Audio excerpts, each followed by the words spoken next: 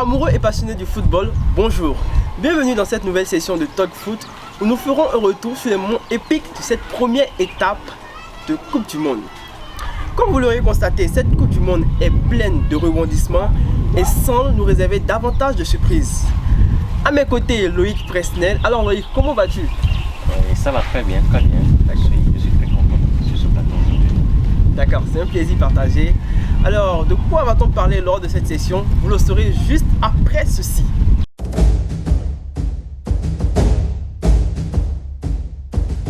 Aujourd'hui, nous ferons le bilan des premiers matchs de cette Coupe du Monde.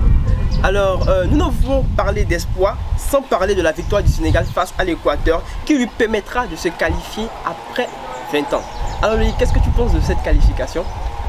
Oui, tout d'abord, je tiens à saluer les Sénégalais qui ont fait un très grand exploit parce que déjà avant ce match, ils devaient obligatoirement gagner ce match pour pouvoir se qualifier. Chose faite, et l'Équateur était une équipe redoutable, une équipe qui était prête à tout pour pouvoir se qualifier. Et ils viennent de l'Amérique du Sud, des pays, ils sont entourés des pays tels que l'Argentine et le Brésil, donc ils sont préparés en conséquence pour cette Coupe du Monde. Et alors le Sénégal, qui déjà pour son premier match a été battu par le Pays-Bas et il s'est racheté lors de son second match. Ce qui a fait que les joueurs se sont un peu mobilisés, ils se sont dit là il y a un coup à jouer. Donc, ils se sont préparés en conséquence. Ils ont rencontré une équipe d'Équateur bien organisée, bien structurée, avec son capitaine qui est tellement vaillant. Il a mis 3 buts lors de cette Coupe du Monde. Et tout au long du match, nous avions vu une équipe sénégalaise au top, qui s'est remodelée compte tenu de l'organisation de cette équipe d'Équateur, qui était aussi bien organisée et qui était aussi prête à tout. Ils devaient faire un match nul pour pouvoir se qualifier. Le Sénégal qui savait que bon là il y avait pas à jouer, il a tout fait pour pouvoir se qualifier, pour pouvoir avoir la victoire. Penses-tu que le Sénégal sera de taille face à l'Angleterre parce que c'est le match qui suivra après la qualification? Oui, d'abord il faut dire que le Sénégal a su s'organiser. Ils ont su que cette Coupe du Monde était l'occasion pour eux de se révéler et d'aller plus de l'avant. Et c'est chose faite contre l'Équateur. Bien vrai, l'Équateur n'est pas une équipe et de même que l'Angleterre. L'Angleterre, disons, qui est composée des joueurs qui ont joué pour la plupart en première ligue. Donc c'est une équipe sénégalaise, africaine, contre des joueurs de la première ligue, les joueurs qui jouent dans une ligue supérieure aux autres ligues. Et rappelons que l'équipe d'Angleterre est la meilleure attaque de la Coupe du Monde actuellement. Ils ont de meilleurs joueurs tels que Rashford, Phil Foden, Sterling et Harry Kane, qui sont de très bons joueurs, des joueurs talentueux.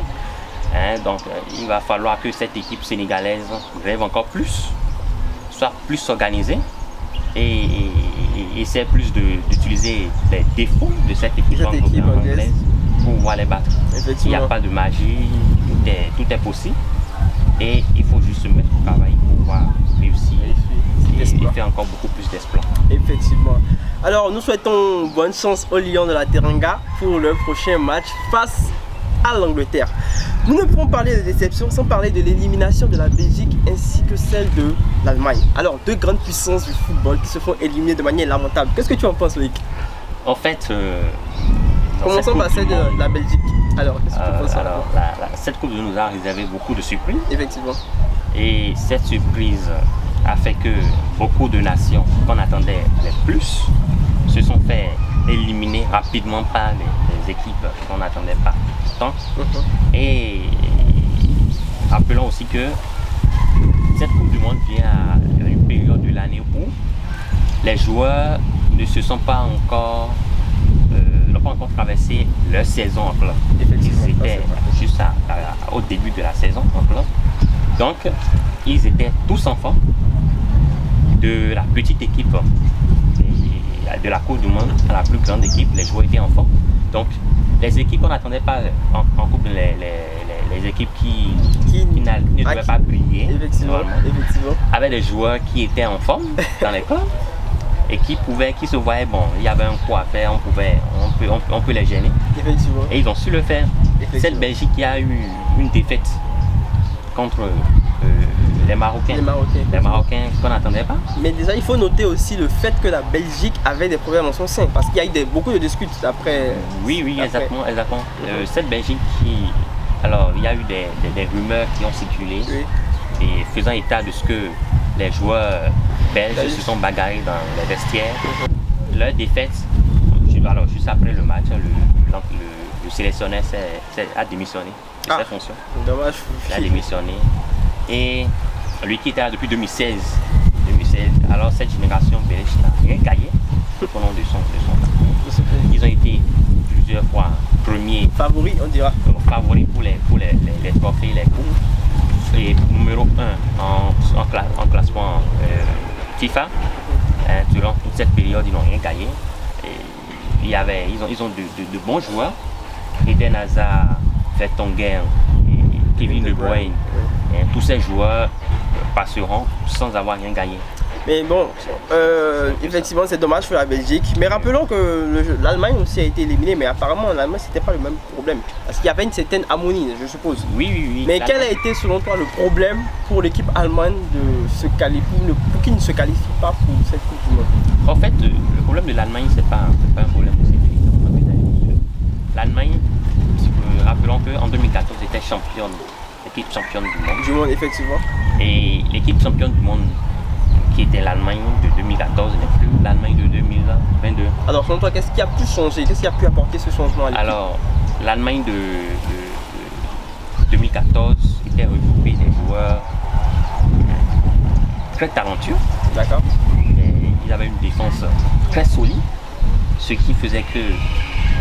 qui ne laissait pas de place aux attaquants des autres de passer. C'est ça. Alors, juste après cette Coupe du Monde, il y a eu plusieurs joueurs de cette défense-là qui ont quitté. D'autres ont pris leur retraite, d'autres ne sont plus revenus en sélection. Ce qui a marqué cette équipe. Malheureusement pour ces deux équipes, c'est la fin du parcours. Mais nous allons revenir sur une équipe qui nous émerveille depuis le début de cette Coupe du Monde, celle du Japon. Alors Loïc, dis-moi, qu'est-ce que tu penses de la performance de l'équipe japonaise? Parce que depuis la Coupe du Monde, ils n'ont cessé d'émerveiller tout le public passionné de football. Alors, rappelons d'abord que l'équipe japonaise a été finaliste pour la Coupe de l'Asie. Et il y a une équipe qui en 2018 était déjà en huitième de finale. Et c'est une équipe qui a battu l'Allemagne et qui s'est retrouvée en huitième de finale. Et de ce fait, c'est une équipe qui regroupe des joueurs qui jouent très bien, qui aiment le foot et qui sont prêts à aller jusqu'au bout du match. Ils sont déterminés, ils savent que dans le match, même si à 2 minutes du match, ils sont menés, ils peuvent toujours faire la différence. Et c'est ça qui a conduit l'équipe jusqu'à la victoire. C'est ça qui les a motivés. Ils sont restés déterminés du début du match jusqu'à la fin. Et je crois que cette équipe, à la longue, pourra faire beaucoup plus mal aux autres équipes. D'accord. Espérons, comme Loïc le dit si bien, que le Japon puisse faire longue durée lors de cette Coupe du Monde. Nous allons parler alors d'un exploit, encore d'exploit, du Cameroun qui bat le Brésil. Alors, c'est une première pour le football, que ce soit pour, voilà, à tous les niveaux, c'est une première parce que jamais une équipe africaine n'avait battu le Brésil plutôt lors de la Coupe du Monde. Alors, Loïc, dis-nous ce que tu en penses. Exactement. Le Cameroun vient de faire un grand exploit et il rentre dans la liste des équipes d'abord, la première équipe effectivement, à battre une équipe brésilienne à 5 étoiles, disons à 5 étoiles. Effectivement. La seule équipe qui détient 5 étoiles de Coupe du Monde dans cette Coupe du Monde jusqu'à l'heure actuelle. Effectivement. Et cette équipe camerounaise savait très bien qu'ils étaient éliminés avant le match. Ils savaient très bien. Parce que Même s'ils battaient le Brésil, ils Effectivement. devraient prier pour que les Suisses ne battent, les Serbes, pardon, Puisse battre ne puissent battre les Suisses. Ce qui n'a pas été le Ce cas. qui n'a pas été le cas, bien sûr, parce que les Suisses savaient très bien que une victoire les qualifierait. Les qualifierait, c'est vrai. Et les Camerounais qui se sont dit, bon voilà, il faut même si on allait être éliminé, il faut qu'on aille jusqu'au bout du match. C'est ça. Et c'est ce qui a été fait. Ils ont marqué le but à 90 minutes plus 2. Waouh, un espoir. 90 minutes plus 3, le buteur Vincent Oubaka, qu'il faut vraiment saluer, qui a fait de bonnes choses tout au long de cette Coupe du Monde. Et effectivement, c'est pas la première fois qu'ils sauvent le Cameroun, parce Non, c'est pas la qu'on première se fois. rappelle du match précédent. Ah oui, exactement. C'était pareil. Exactement. Il rendait direct, il marque. Exactement. Et c'est un joueur qui rentre déjà dans l'histoire. Effectivement. Depuis hier. Peut-être il a pris un carton rouge pour avoir célébré ce but. Mais il rentre dans l'histoire du foot, dans l'histoire du foot camerounaise. Donc il faut juste saluer cela. Salut celui-là, effectivement. Alors, c'est la fin de cette rubrique débrief. Nous passerons tout de suite à la deuxième rubrique, qui est la rubrique fun.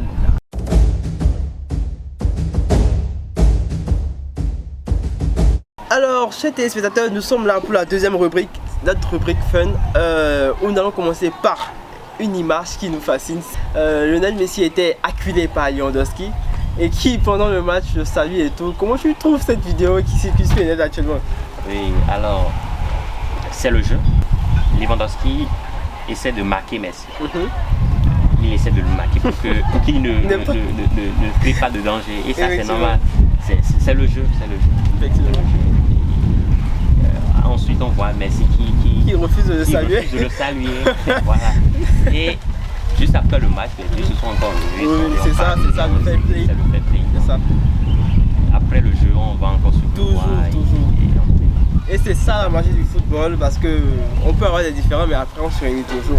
N'allons pas parler de moments fun sans parler de Song, le pleureur national coréen, autant pour moi, qui à chaque étape, à chaque moment fort de la Coupe du Monde de ces matchs plutôt, se met en larmes à tout moment. Alors on parle de l'image de Song lors de la défaite et lors de la victoire. Il est tout le temps en train de pleurer, on ne comprend pas ce qui se passe avec lui. Oui, mais en fait, c'est un joueur talentueux de Tottenham. Donc, pendant tout au long de la Coupe du Monde, il s'est vu, pendant le deuxième match, ils ont été battus par les Ghanéens. Et donc là, il s'est dit, bon voilà, nous sommes en train de faire le match.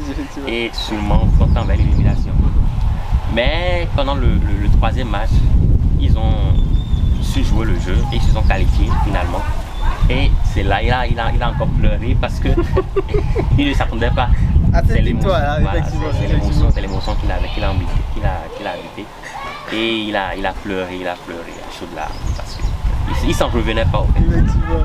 Sans faire un rapprochement indiscret, je vais même faire le rapprochement entre lui et Séré Dieng de la Côte d'Ivoire. Après, c'est le même réflexe qu'ils ont, effectivement.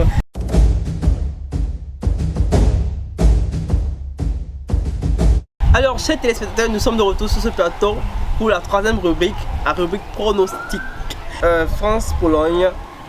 Moi, je supporte les champions actuels, les détenteurs du titre actuel. Et toi? Oui, mais c'est naturel, c'est simple. Tout le monde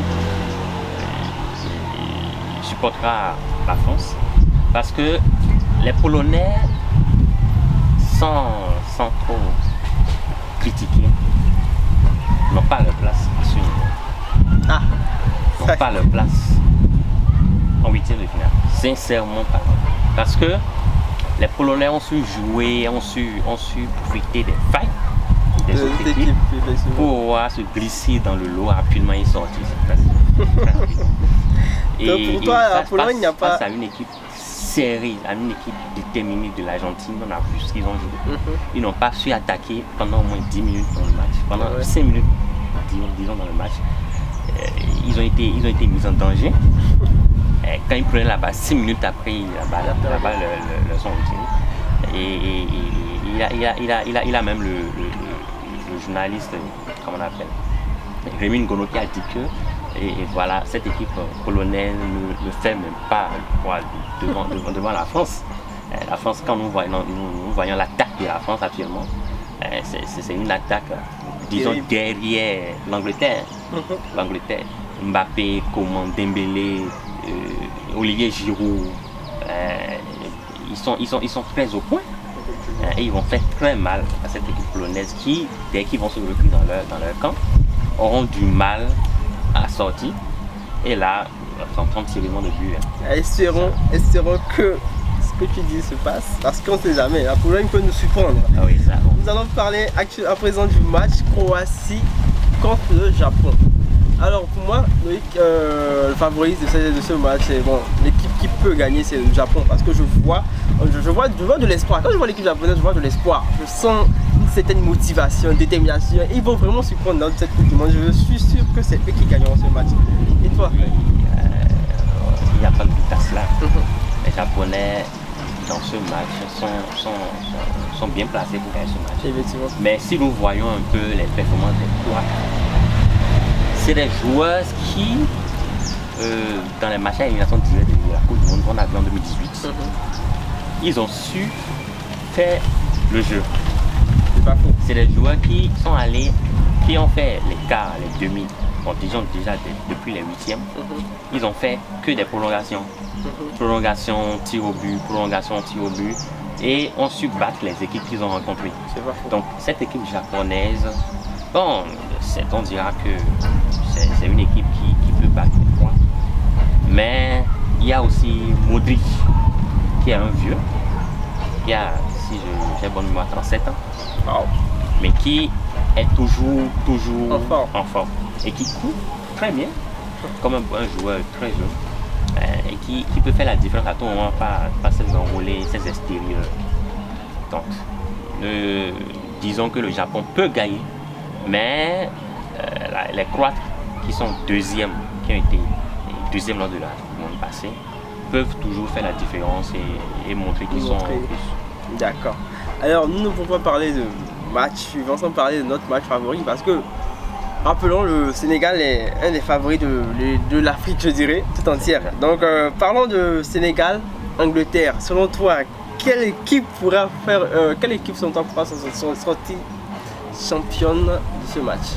Alors, les Anglais, commençons d'abord par les Anglais. D'accord. Les Anglais sont très organisés. Disons, je disais tantôt que c'était la première ligue réellement qui joue contre les Sénégalais.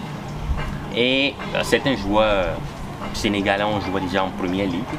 Donc, ils sauront comment les serrer, comment utiliser les failles pour pouvoir s'infiltrer dans leur défense.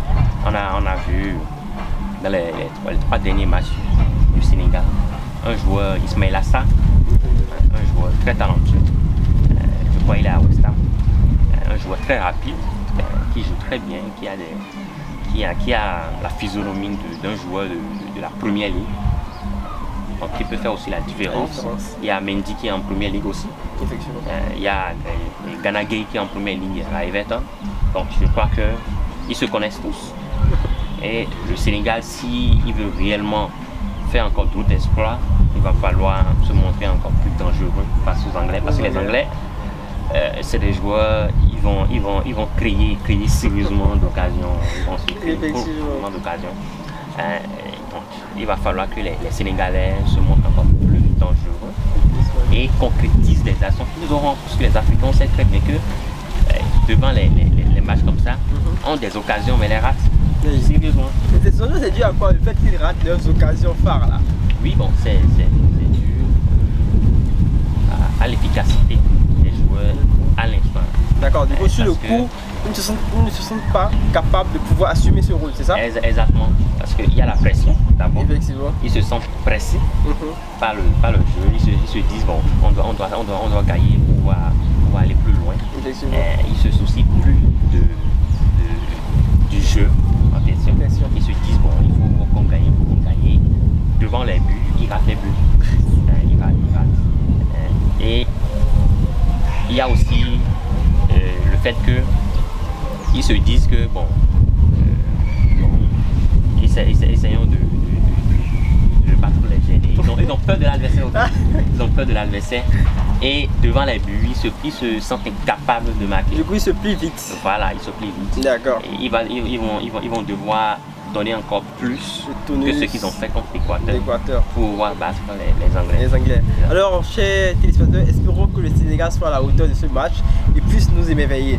Nous n'avons pas fini la rubrique pronos sans parler des deux équipes, du fait qu'il ne reste que deux équipes africaines pour cette Coupe du Monde, le Sénégal et le Maroc. Alors, selon toi, le Maroc qui s'est qualifié pour les huitièmes aura un match très bientôt. Selon toi, penses-tu que le Maroc sera capable de relever le défi comme le Sénégal? Oui, c'est possible parce que quand on voit le jeu des Marocains, c'est des joueurs qui sont déterminés dans le jeu. D'abord, les Maghrébiens en Afrique sont des joueurs qui croient jusqu'à la fin du match. Donc, je sais que les Marocains, tels qu'ils ont joué contre la Belgique et dans leur dernier match contre les Canadiens, feront le poids contre les Espagnols. On a vu les Espagnols contre dans leur dernier match, comment ils ont été mis en danger. Donc, je crois que cette équipe marocaine a encore de l'espoir. Ils peuvent encore faire très mal. D'accord. Alors, chers téléspectateurs, c'est la fin de cette émission. Merci d'avoir été des nôtres. On se retrouve très vite et merci à l'équipe de production et de réalisation.